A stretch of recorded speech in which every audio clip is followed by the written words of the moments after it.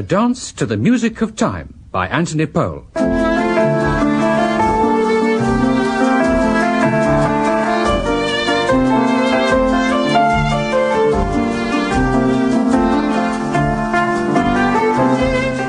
dramatisation in 6 parts by Frederick Bradnum of the first 3 books of the sequence of 12 novels. Starring Noel Johnson as Nicholas Jenkins, the narrator, Gareth Johnson as the young Nicholas, Simon Cadell as Charles Stringham, Christopher Good as Peter Templar, Brian Hewlett as Kenneth Whitmerpool, and Jane Asher as Jean Templar. Episode 1, A Question of Upbringing, Part 1.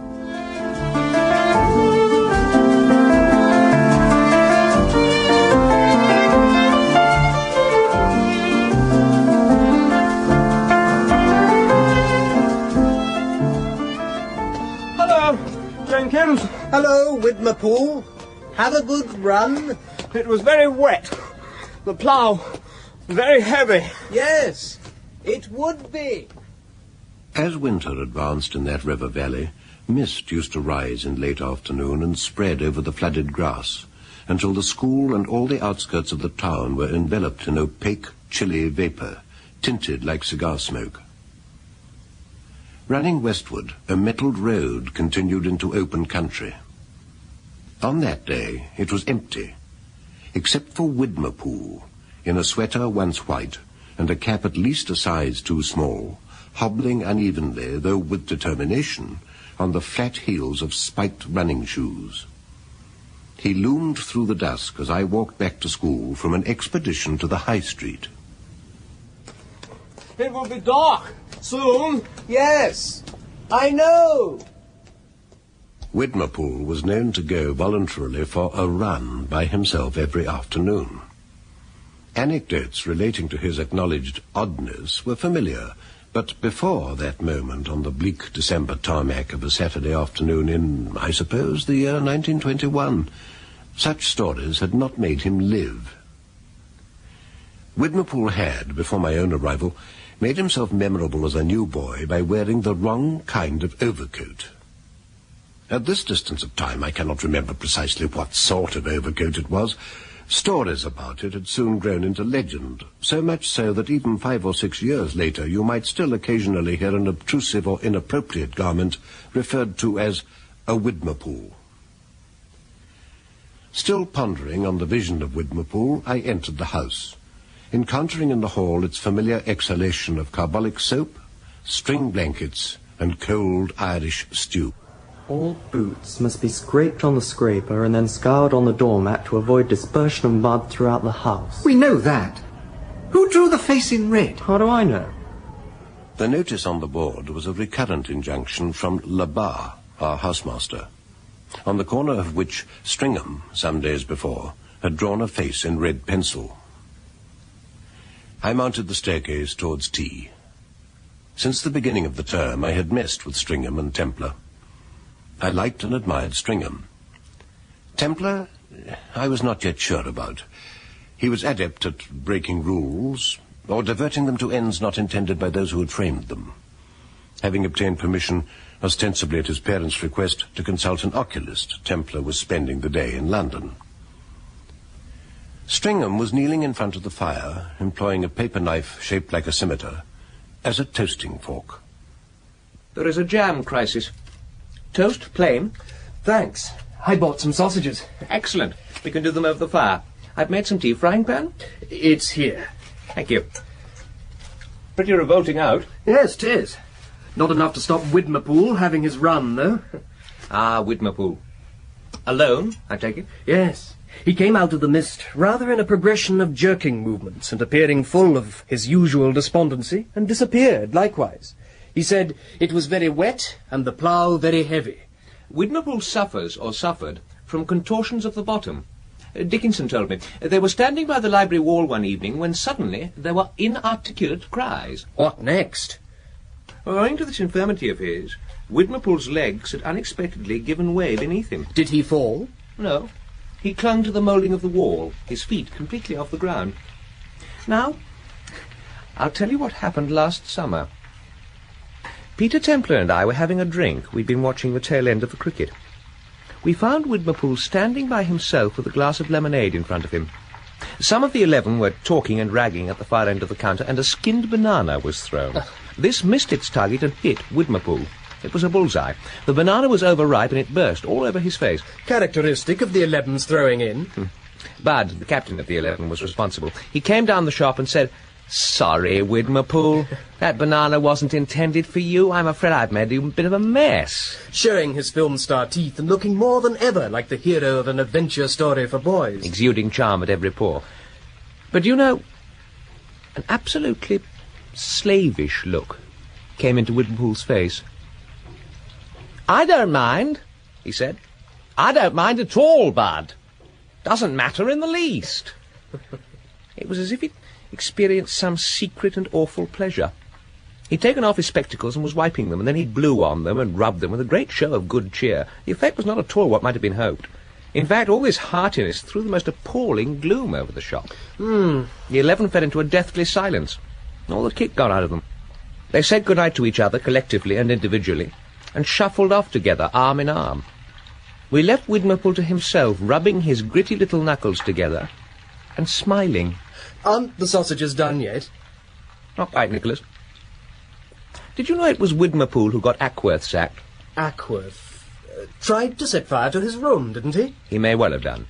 But he was principally shot out for sending a note to Peter Templar. Widmerpool intercepted the note and showed it to Labar. Not only that, but Widmerpool got hold of Peter and gave him a tremendous jaw on morals. That must have been very good for him. The jaw went on for so long and Widmerpool came so close that Templar said he thought Widmerpool was going to start something himself. Did he start anything? It's a grim thought, isn't it? What is the answer? Well, I asked Peter the same question. He said, "No, thank God, but he moved about the room, breathing heavily like my sister's white Pekingese. He's so wet you could shoot snipe off him." Can you imagine a more exquisitely Templar remark? The sausages are done. May I come in? Oh, please do. Nicholas, I was just passing through on the way to Reading. Thought I might look you up. Hello, Uncle Giles. Charles, this is my uncle, Captain Jenkins. Charles Stringham, Uncle Giles. How do you do? How do you do, sir? I'll get you another cup. You'll have tea with us, won't you? Thank you. I never take tea. People who eat tea waste half the afternoon. Never wanted to form the habit. Oh, of course, I'm not speaking of your sort of tea. I'll get a chair. Oh, not for me. Don't mind standing. Well, it's only next door. It's no trouble. Nasty day outside. So I am told. Here we are. Decent of you, Nicholas. I say, don't let me keep you fellows from your sausages. You'll be getting cold. They look damn good to me. Well, if you don't mind, hold out your plate, Nicholas. You first. I'll pour the tea. How's your father? All right. And your mother? Very well. Oh, good. I rather wanted to get hold of your father about signing some papers. Is he still in Paris? I suppose so. That bit of the conference is finished. Oh, where is he? London. On leave. The War Office haven't decided where they're going to send him, I take it. No, I imagine not. In London, is he? Uncle Giles, visitors are not really supposed to smoke here. Oh, aren't they? Why not? Well, if the place smells of smoke, you can't tell if somebody else smokes, too. Of course you can't. Stands to reason. Labar might think a boy has been smoking. Labar? Who is Labar? Our housemaster. This is Labar's house, Captain Jenkins. Yes, it would be. I can't imagine how you found where Nicholas was without knowing of Labar. When you've been around as long as I have, you learn how to find your way to most places. Uncle Giles, boys aren't allowed to smoke. Quite right. Stunts the growth. It's a great mistake to smoke before you're 21. Do you want another sausage, Nicholas? I don't think so, thanks. No, it's 100 to 1 Labar won't come in. I should take a chance on it. Take a chance on what? On smoking. Oh, you mean I really ought to put this out? Don't bother. Oh, most certainly I shall bother. I shouldn't dream of breaking a rule of that sort. Rules are made to be obeyed, however foolish they may sometimes seem. The question is, where had I best put this cigarette now that the regulation has been broken? Throw it into the fire. Old soldiers have it. Put it out on the sole of the boot. There we are. Oh, is there a lot of ash?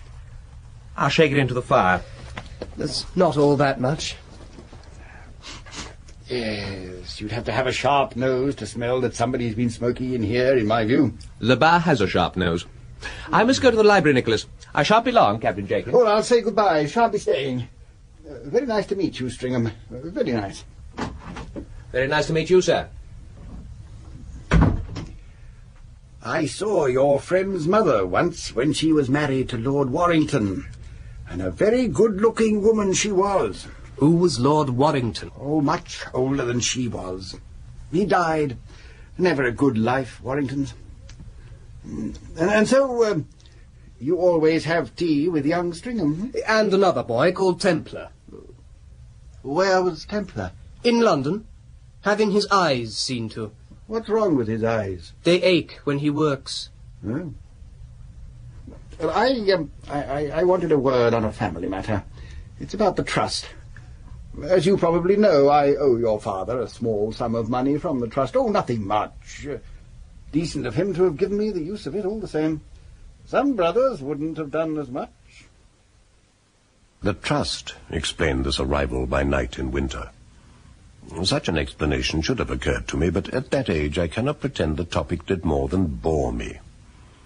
Looking back, I can understand the fascination that the trust possessed for my relations, but in those days the keenness of their interest seemed something akin to madness. As I took Uncle Giles to the front door, he explained to me his problem. Something to do with repaying my father in a rather involved manner, which I was to put to my parent. The front door was locked, and Cattle, the porter, had to be found to unlock it. Uncle Giles stood in the doorway for what seemed an age, sunk in reverie. Thank you, Cattle. Right, sir. Uncle Giles. Good night to you. Left me tea to open this door, I did.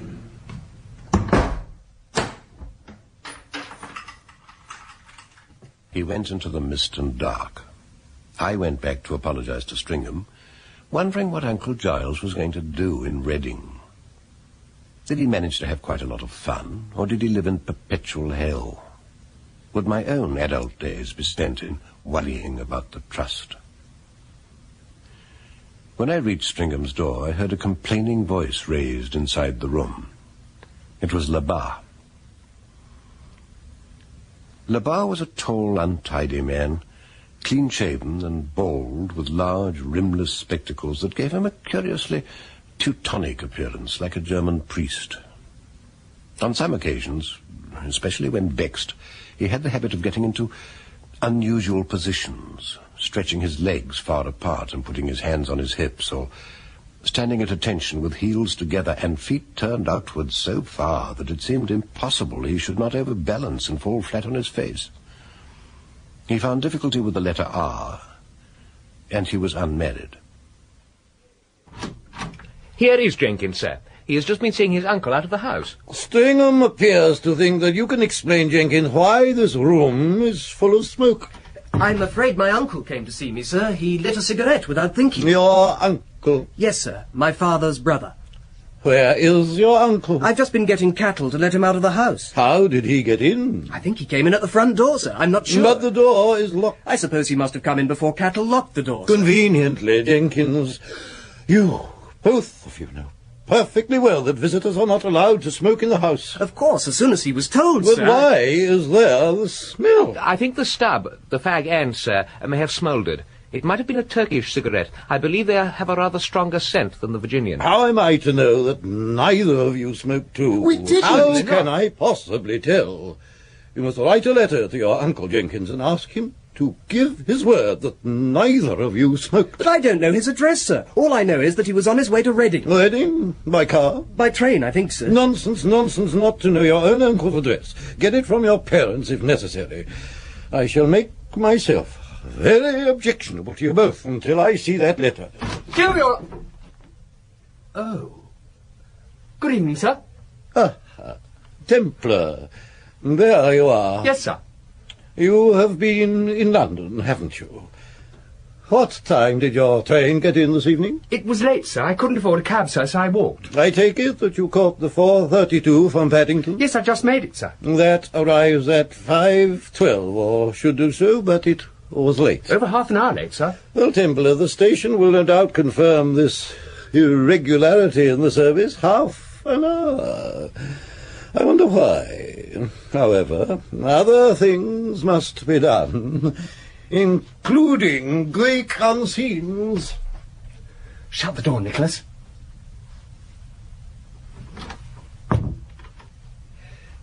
Do you think Labar is quite sane? Not entirely, but then what can you expect? The room reeks as if camels had been stabled in it. Did Labar come in when you were having a gasper? Oh, you don't suppose we should have been such fools as to smoke in the house, do you? It was Jenkins' uncle. I must apologise about my uncle. Yes. You should really keep your uncles in better order, Nick. Nobody has ever been able to keep Uncle Giles in any sort of order, and he's famous for leaving trouble in his wake. Well, you'll have to write to him. And you, my dear Peter, you look mighty pleased with yourself. Why do you always go about dressed as if you were going to dance up and down a row of naked ladies singing Dapper Dan was a very handy man, or something equally lyrical? I think it's rather a good get-up for London. I suppose Labar will go on pestering about that train. You know, I used to be a great pal of his. Now his only object seems to be to get me sacked. He ought to be able to bring that off sooner or later with your help. After all, he is not an absolute fool, though pretty near it. I believe he was quite an awe in his youth. He started life as a poet. Did you know that? I can't imagine anything more appalling than a poem by Labar. He wrote some things that he thought were frightfully good. He showed them to somebody or other, who pointed out that, as a matter of fact, they were frightfully bad. Labar has never got over it. Who did he show them to? Oh, I don't know. Henry James, Robert Louis Stevenson, someone or other. Who on earth told you? An elderly character who came to lunch. He said Labar used to be tremendously promising as a young man. He was good at everything. I can't imagine he was ever much good with the girls. Maybe not. Not everyone has your singleness of aim. As a matter of fact, do you think Labar has any sex life? I don't know about Labar, but I have. The reason I took the later train was because I was with a girl. I suppose we shall have to hear about it. Don't spare our feelings. Did you hold hands at the cinema? Where did you meet her? In the street. Do you mean you picked her up? Yes. Fair or dark? Fair. And how was the introduction effected? She smiled at me. A tart, in other words. I suppose she was in a kind of way, but quite young. You know, Peter, you're just exactly the sort of boy my parents warned me against. I went back to her flat. How did you acquit yourself? It was rather a success. Except the scent she used was absolutely asphyxiating. I was a bit afraid Labar would notice it on my clothes. Not after the cigarette smoked by Uncle Giles. Was it a well-appointed apartment? I admit the accommodation was a bit on the squalid side, but you can't have everything for a quid. That wasn't very munificent, was it? All I had. That was why I had to walk from the station. You seem to have been what Labar would call a very unwise young man. I see no reason why Labar should be worried about the matter if he didn't notice the scent. What an indescribably sordid incident. However, let's hear the full details. But if you don't want to be told them... Oh, we do. Templar, Sir? I want you to come and show me in the timetable which train you took. I have telephoned to the station and have been told that the one you say you travelled on was not late.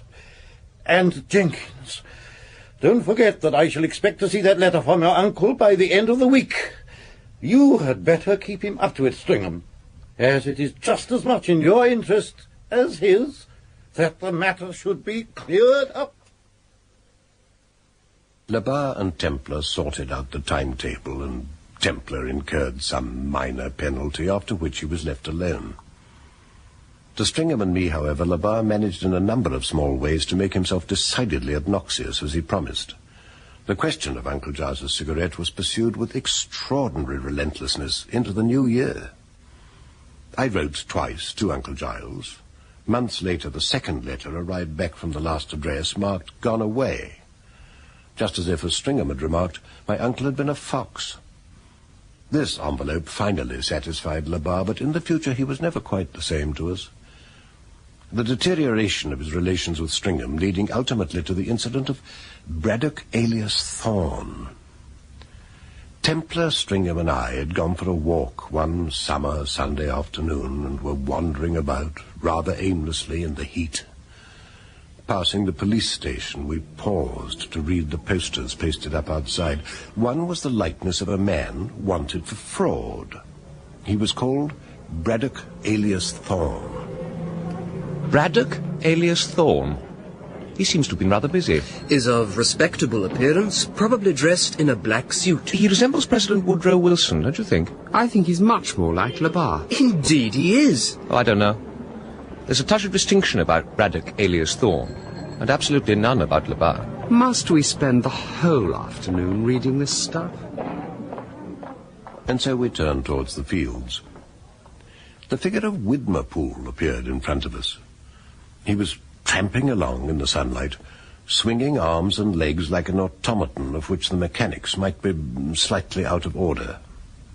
We walked behind him for a time, Stringham doing an imitation of the way he put his feet down, until we turned off the road. I don't know what I should do without Widmerpool.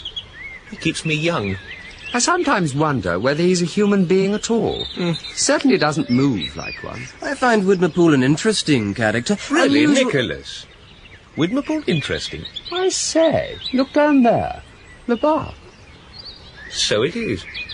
Taking his ease with a book in a grassy hollow. Black suit and all. Good afternoon, sir. Hello, Stringham. Come on, Charles, leave him be. I'm sure he doesn't want to be bothered by us. Yes, indeed. Not by anybody. We continued our walk, only stopping at Stringham's insistence to take ginger beer at an out-of-bounds shack by a garage. Stringham asked the girl who served us if there was a telephone. He was taken to the garage office. Returning after some minutes, his usually pale face slightly flushed. He seemed anxious to leave. We set off back to the house. Look here, Stringham. First we're rushed into that horrible place, then we're rushed out again. What's supposed to be on? On, Peter. I've just had a word with the police. What about? On the subject of Braddock alias Thorne, the chap they wanted for fraud. But what about him? Just to inform them of his whereabouts, Nicholas. Well, where did you tell them to look? In a field beyond the railway line. Why? Set your mind to it. Labar. What did they say? I rang up in the character of Labar himself. I told them that a man, described as looking rather like me, had been piling up bills at various shops in the town where I had accounts, and that I had positive information that the man in question had been only a few minutes earlier at the place I described. Did the police swallow that? They asked me to come to the station. I pretended to get angry, and in a really magnificent Labar outburst, I said that I had to go and address confirmation candidates, although as far as I can remember it is the wrong time of the year to be confirmed, so that they should get on with it and arrest the man. I foreseed a hell of a row. Still, I must admit it was a good idea. Meanwhile, the sooner we get back to the house and supply a few alibis, the better.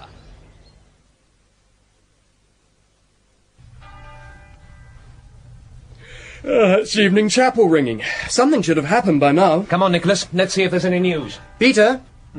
Chapel. There might be news. You can leave Sanders of the river for half an hour, Templar. Yes, right away. Let's see how our marvellous police coped with things, if they did.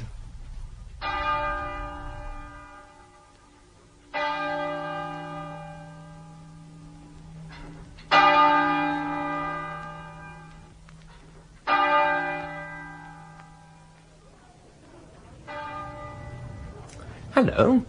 There's young Widmerpool. He appears somewhat excited. I say, Stringham, do you know Labar has been arrested? I'm not surprised. How did it happen? I was coming back from my walk. And as I strolled across one of the fields by the railway line, I saw Labar lying on the ground reading a book. And then I noticed that there was a policeman making across the field towards Labar. When the policeman, a big fat fellow, reached Labar, he seemed to begin reading something from a notebook. Anyway, Labar looked very surprised at first. Then he got up. Evidently, the policeman thought he was going to try and escape, so he grabbed him rather roughly by the arm.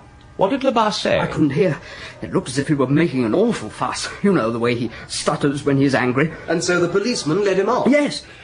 What could he have done? Did Labar notice you? I kept behind the hedge, Templar. I didn't want to get mixed up with anything awkward. That was wise of you, Widmerpool. Have you told anyone of what you saw? Only F.F. Fletcher and Calthorpe Major. What can Labar have done? Do you mean to tell me you don't know? What do you mean? I don't mean anything, except that I'm not particularly surprised. But tell me what you think it is. Now look here, Widmerpool. I'm awfully sorry. If you have never noticed for yourself anything about our housemaster, it is hardly my place to tell you. It is not for me to spread scandals in advance. I fear we shall be reading about Labar quite soon enough in the papers. Now we must go to chapel. Yes, so must I. I must remove my clothes. That boy will be the death of me. What's Calthorpe Major on about? Can't you guess? Come on. The news has spread. No, see it, Labar! Arrested! Labar! By the police! No, by the Boy Scouts, of course by the police! I sat straight down and sent off a letter to my people about Labar having been removed to prison at last. Was that a wise thing to do, Calthorpe Major? Shut up, Templar. Labar got his leander the same time as my father, who never liked him. I'm afraid it was all in rather doubtful taste. In some ways I regret having been concerned with it. One is such a creature of impulse. Although the air under the high vault struck almost chill after the warmth outside in the yard, the evening sun streamed through the windows of the chapel. Labar came in late, just before the choir. He looked discomposed. The surface of his skull was red and shining. I looked round the packed seats and lines of faces arranged in tiers. Stringham was opposite, standing with his arms folded, not singing. He looked grave, lost in thought, almost seraphic. A carved figure symbolizing some virtue like resignation or self-sacrifice. On the other side, away to the left, Widmerpool was holding a book in front of him, singing hard, his mouth opening and shutting sharply, more than ever like some uncommon specimen of marine life. That was my last memory of him at school, since he was leaving at the end of the term. Although, owing to some misunderstanding after he had left, perhaps Labar's mind was more confused than usual on account of the trick played on him, Widmerpool's name continued to appear in the house list of the following September. A final assertion of the will to remain and strive further for unattainable laurels.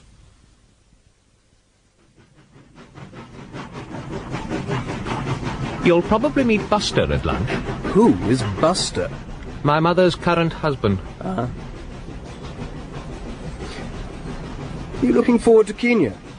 I'm looking forward to seeing the Stringham who is my father, my mother's first husband. But I imagine everyone in Kenya will be terribly hearty and wear shorts and drink sundowners and all that sort of thing. At least you'll be leaving school, Charles. I shall, Nicholas. It will be nice to be on one's own, at least.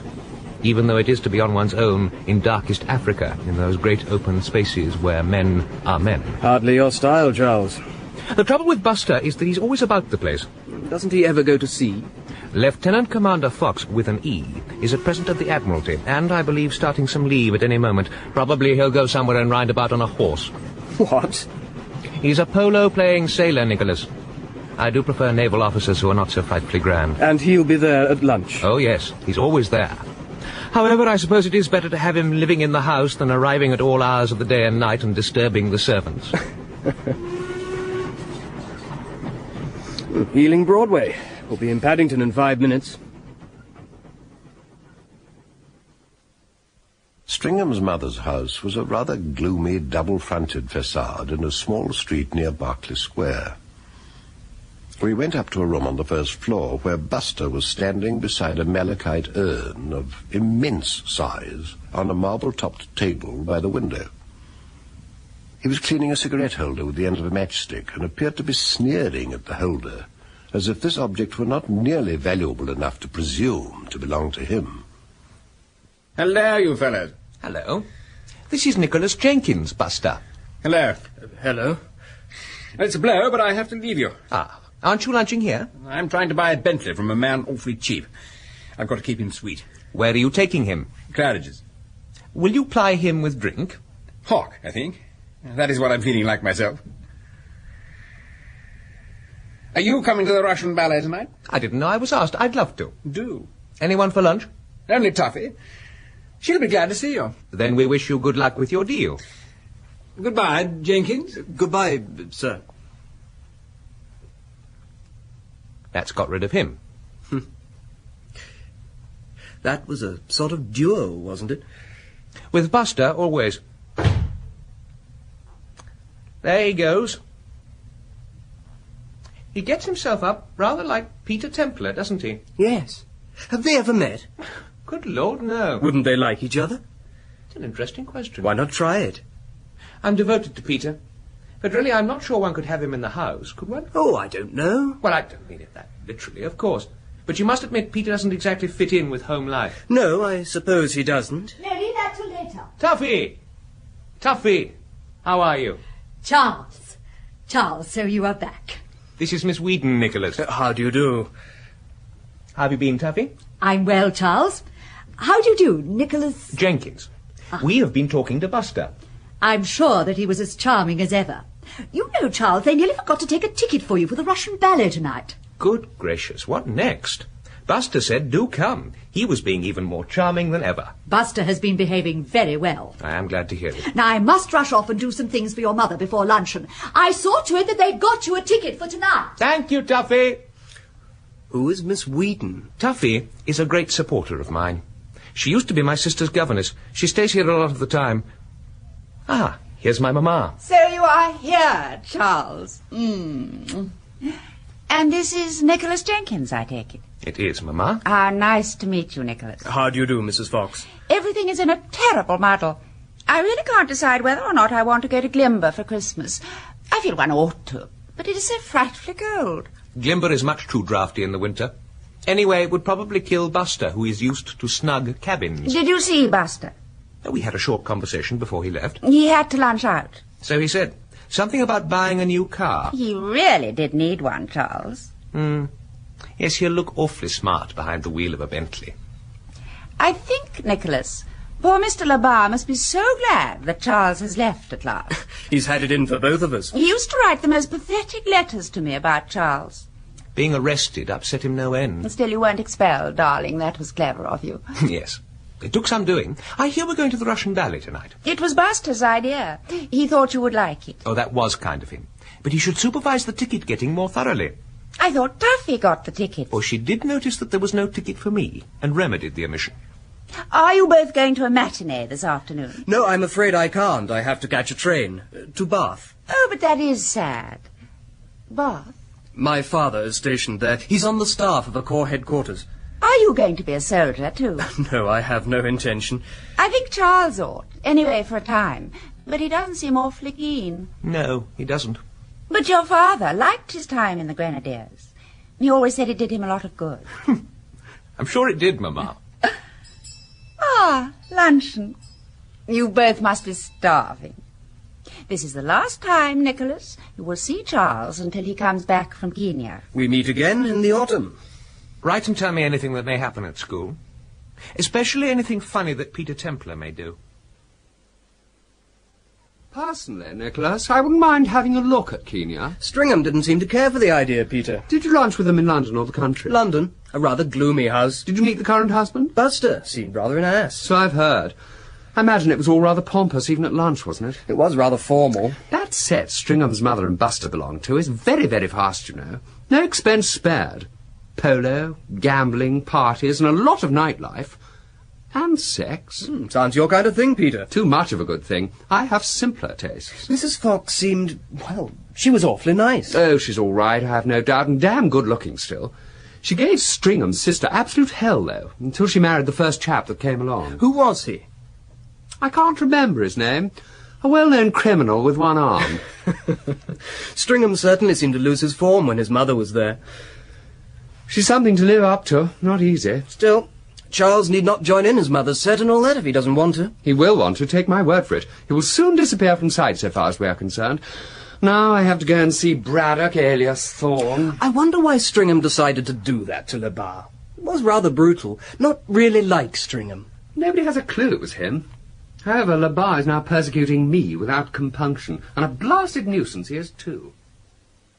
Labar moved heaven and earth to be rid of Templar, eventually persuading the headmaster to the view that life would be easier for both of them if Templar left the school. He went a term earlier than previously intended, which pleased Peter himself and did not unduly ruffle his father, who was reported to take the view that schools were in any case a waste of time and money. Before Templar left school, he invited me to visit his home, a visit that was arranged for early in the summer. At first sight, the Templar's house seemed to be an enormously swollen villa, facing the sea from a small park of Scotch firs. A residence torn by some occult power from a more appropriate suburban setting, and at the same time much magnified. A sea palace for a version of one of those embarkation scenes of Claude Lorraine. This is my sister Jean. This is Nicholas Jenkins, Jean. Hello. The hard court needs resurfacing, Peter. Has Sonny arrived yet? He turned up just after you left. Leave your stuff here, Nicholas. Someone's bound to collect it. Let's have some tea. What bloody bad manners my sisters have. Jean, Peter's sister of about 16 or 17, was fair, not strikingly pretty, her face thin and attenuated, with long legs and short, untidy hair, the whole appearance giving the effect of an old master drawing, Flemish or German perhaps, depicting some young and virginal saint. The tennis racket held awkwardly at an angle to her body, suggesting at the same time an obscure implement associated with martyrdom. The expression of her face, although sad and a trifle ironical, was not altogether in keeping with this air of belonging to another and better world. I felt uneasy and also interested, a desire to be with her and at the same time a disquiet at her presence. Who's Sonny? He's called Sonny Fairbrother, a friend of my father's. He was staying in the neighbourhood for a funeral and has come over to talk business. Your father's contemporary? Oh, no, much younger. 30 or 35. He's supposed to have done well in the war. At least I believe he got a rather good DSO. Why is he called Sonny? Because his Christian name is Sunderland. I thought it might have been a nickname. I expect we shall have to listen to a lot of pretty boring conversation between Sonny and my father. Oh, hello, Jenkins. I'm Peter's father. You've met Jean, I gather. Yes, sir.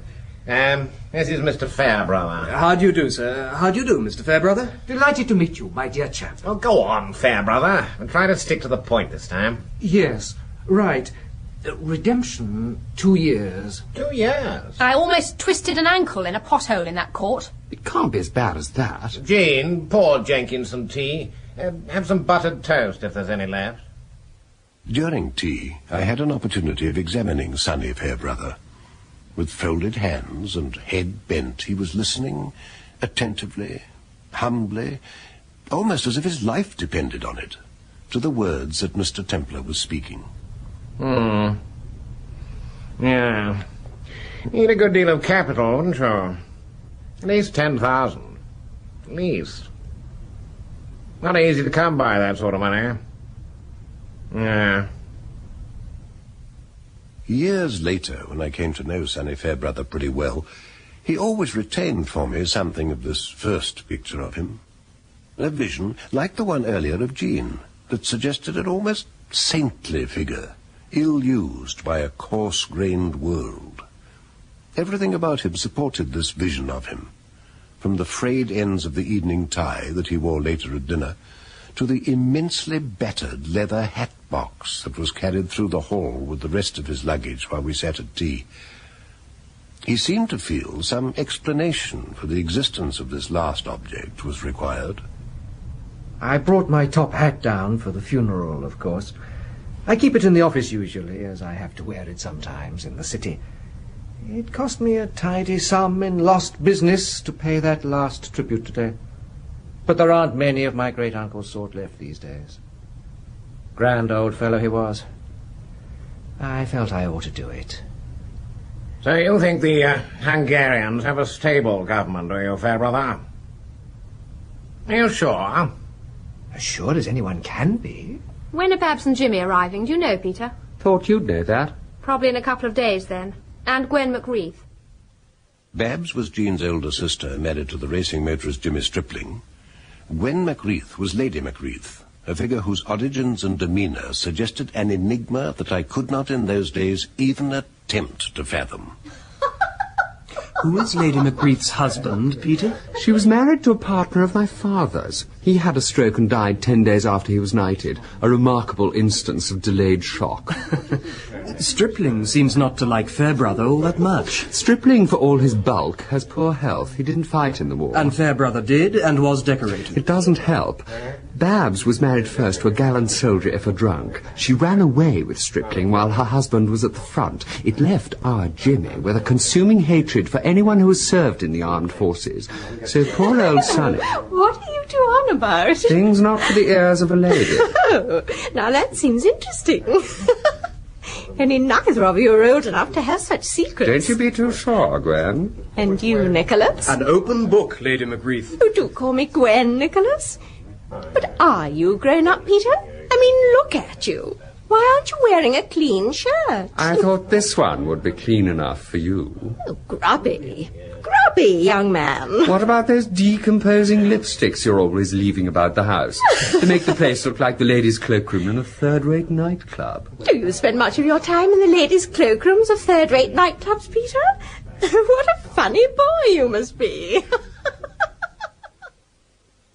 Later that same evening, I was given further insight into methods by which the Stripling-Fairbrother conflict was carried on. Babs and Lady Macreath were reading Tattlers. Jean and her father had retired for the night. Stripling was lying in an armchair with his legs stretched out in front of him. Fairbrother came in with a machine that looked like a pair of horse clippers made from wood. He went over to Peter. Here it is. It turns your collars and reduces laundry bills by 50%. How does it work? What is it, Sonny? A patent collar turner, Jimmy. A small company's been formed to put it on the market. And I suppose you are one of the directors. As a matter of fact, I am. You thought you could plant one on Peter, did you? If Peter's got any sense, he'll get one. Why not tackle someone your own size? I'll plant one on you, Jimmy, once you see it work. Oh, I bet you don't. You get some collars, then. All right, I have some with me, haven't I, Babs? I think so. In the box, in the wardrobe. Oh, right. While Jimmy gets his, I have some collars here. Now, watch this, Peter. Wait, Sonny. Let Babs and me see. Oh, yes, do let. Here it is. A simple contraption, can even be worked by a lady. The sort of lady who wears collars, do you mean? He would save them money also. We must take care of the pennies. Now, watch. You insert the collar so into the jaws of the machine and move the thing along like this. And it turns the collar. So, there you are. Go on, Peter, you have a try. Oh, here we are. Oh, let Peter have a try, Jimmy. In a moment. Now, what do I do, Sonny? Give me a collar and I'll show you. Clamp together. Move along. Move along. Here, you've torn the bloody thing. Sorry, Jimmy. That collar must have been washed too often. It was practically new. You did it the wrong way. You let me try. You saw what I did? Oh, it's simple enough, isn't it? And the collar goes in so. Hold the jaws together. Now, move it along the fold. Oh, crikey, it's torn another one. Just look at that. Oh, let me have a try, Jimmy. Give me a collar. Try with one of Peter's. Can I, Peter? After me, I want to try it out for myself. They're my collars. Let me see. Yes, they ought to work. I hope so. Here goes. There you are, Jimmy. Perfectly done. Well, I'll have a last try. Here, give me a collar. Right, in it goes. Hold together tight. Along we go. Good. Good. Oh, damn! Oh, it's torn. Look at it. Ruined. Absolutely ruined. It's something about your collars, old boy. It's not at all easy to make the thing work on them. It might pay you in the long run to get a more expensive kind. Damned impudence. Shall I play a record, Gwen? Oh, do. We can even dance to it. Stripling took his defeat badly and set about getting his own back. Ragging old Sonny was how he put it. The opportunity came on the night of the Horrobins' dance. I was to leave next morning. This dance was momentous to me because of the behavior of Jean Templar. I cannot even remember the specific incident, something to do with cutting a dance. and that the partner she chose in preference to myself was a figure older and with a fair moustache, but it clarified in some quite uncompromising manner the positive recognition that Jean might prefer someone else's company to my own. I felt both disappointment and annoyance, and because of this only became aware of Stripling's own annoyance with Sonny Fairbrother after the dance, when we were back home. Sonny had retired to bed, and Stripling was walking up and down, working himself up into a rage. Did you hear what he said about the car on the way back? Just like his ruddy cheek to offer advice about acceleration. You know Sonny, darling. He doesn't mean to be tactless. Who does? Oh, I don't know about that. Yeah, I thought you'd gone to bed, Jean. I felt hungry and I guessed you'd have a picnic. I say, Mr. Fairbrother's luggage is all piled up outside his room, ready to go down to the station first thing in the morning. It looks as if he were going big game hunting. Oh, let's go and have a look at it. Jimmy might get an idea for one of his jokes. What an idea! Come on, Jimmy. There was undeniably a remarkable load of baggage outside Sonny's bedroom door. Several suitcases, a fishing rod and landing net, a cricket bat and pads, a tennis racket and a press, a gun case, and a black tin box of the kind in which deeds are stored, marked in white paint, Exors Amos Fairbrother, Esquire. On top of this edifice of objects, on the whole ancient, stood the leather hat box. Babs pointed to this. Have you seen the hat? A Jewish old-clothes man would think twice about wearing it. I'll show you it. There! Better put it back. I know. Get out of sight where you can all watch. I'm going to arrange for old Sonny to have a surprise when he arrives at the office. What are you going to do? Not so loud. It's a pity Gwen and Peter are not here to see this. Find a place to squint from, everybody. I moved to my room, from where I regarded the passage through a chink in the door. Lady Macreath and Peter had vanished simultaneously. Once we'd got back from the dance, I hadn't considered where. I waited a few minutes, peering through the crack in the door, and then, all at once, Stripling came into sight again. He was stepping softly and carried in his hand a small green chamber pot. As he advanced along the passage, I realized that he proposed to substitute this object for the top hat in the leather hat box. No doubt to make an even more entertaining spectacle of what he was about to do, he placed the china receptacle between his two hands, holding it high in front of him, as if it were a sacrificial urn. In this fashion he approached the hat box, when Fairbrother's door suddenly swung open and Sonny himself appeared, still wearing his stiff shirt and evening trousers. Stripling was taken completely by surprise. He stopped dead, though without changing his posture. Then, no doubt grasping that scarcely any other action was open to him, he walked sharply on down the passage, passing my door, and disappearing into the far wing of the house.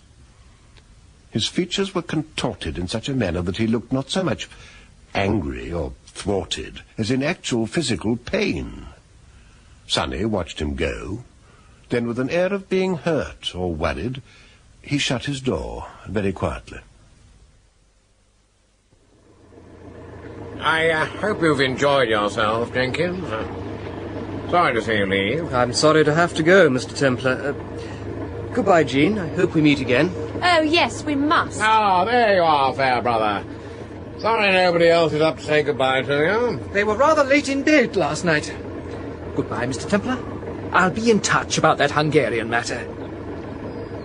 Goodbye, Jean. Goodbye, Mr. Fairbrother. Have a good journey, Nicholas. I hope the train isn't late.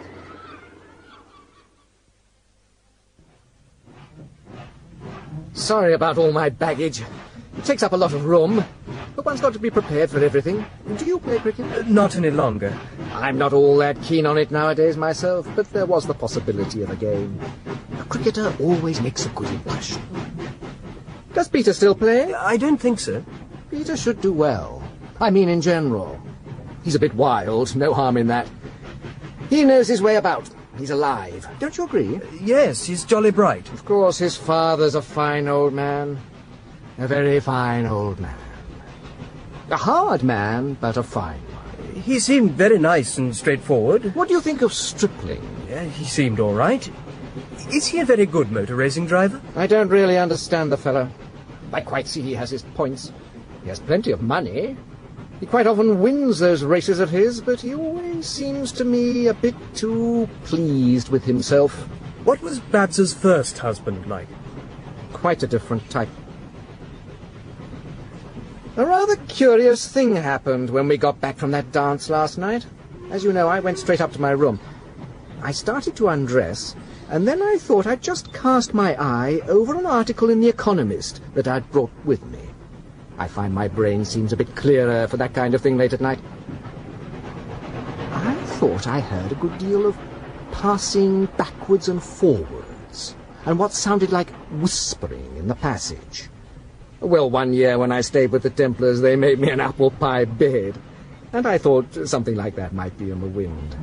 I opened the door. Do you know what I saw? What? There was Stripling, marching down the passage, holding a jerry in front of him, as if he were taking part in some ceremony. Good Lord! What could he have been doing? I can't imagine. He was obviously very put out at my seeing him. I mean, what the hell could he have been doing? Can you think? Was it a joke? Ah, that was what I thought at first, but he looked quite serious. Of course, we're always hearing that his health isn't good. Was he sleepwalking, do you think? He didn't have that sleepwalking stare. Looked almost as if he was in pain. It was very odd. And coupled with the rest of his way of going on, it made a bad impression, I must say.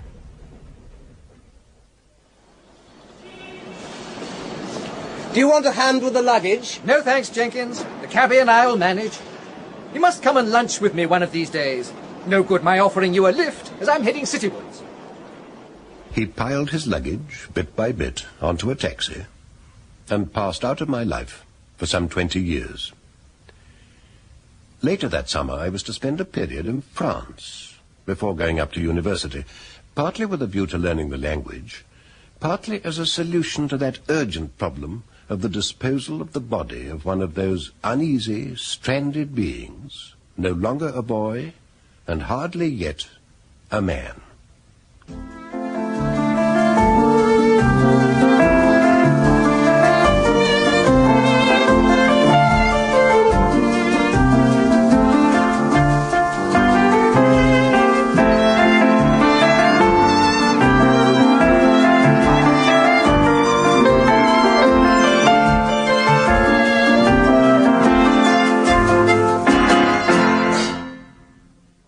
Noel Johnson was Nicholas Jenkins, the narrator, Gareth Johnson, the young Nicholas Jenkins, Simon Cadell, Charles Stringham, Christopher Good, Peter Templar, Brian Hewlett, Kenneth Widmerpool, and Jane Asher, Jean Templar, in the first part of A Dance to the Music of Time by Anthony Powell, dramatised for radio in 6 episodes by Frederick Bradnum. Uncle Giles was played by Garrard Green, Le Bas was Peter Pratt, Calthorpe, Adam Richardson, Buster, John Pullen, Tuffy, Margaret Ford, Mrs. Fox, Monica Gray, Mr. Templar, William Edel, Sonny Fairbrother, Hugh Dixon, Jimmy Stripling, Charles Hodgson, Bab Stripling, Lisa Flanagan, and Gwen McReath was Carol Marsh.